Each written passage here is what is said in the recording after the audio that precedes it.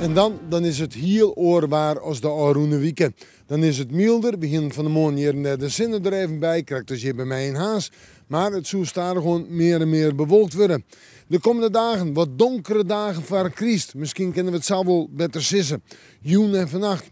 Een beroende loft, joen nog wel meestentijds droeg. Vannacht uit een trogrijn of lichte rijn. En een temperatuur om en bij de 6 graden heen. Een milde nacht voor deze tijd van het jaar. Ja, de wind die komt uit zuid-zuidwest en die is matig en vrij krachtig in het kust- en watergebied. En dan morgen dag. Een dag met bewolking. Ik denk dat de zinnen het net redt. Uit een trogrijn, lichte rijn, letter is een paar buien of buikjes. En de temperaturen binnen heeg zijn om en bij de 8 graden heen.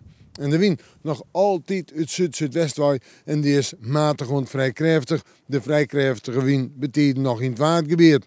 Ja, in de joentijd, in de nacht, ik nog altijd wat rijn, lichte rijn, een paar buien. En dan zetten we op naar het vooruitzicht. Allereerst manje. Dat wordt een dag met bewolking, rijn, lichte rijn en een temperatuur nog altijd om het bij de zon of de 8 graden heen. Ja, en dan zetten we terug naar Tiese, dan gaan we weer wat naar onderen met de temperatuur, komt die weer wat leger te liggen. Zo om en bij de 6 graden heen. Ik dan bewolkt uit een terug is rijn of lichte rijn. En waanzin zijn 4 graden, 4 of 5 graden nu daar in de nacht om en bij 0. En het lijkt toe daar droog te blijven, maar er zijn erbij. En we met de manje maar weer even in het waarsjen.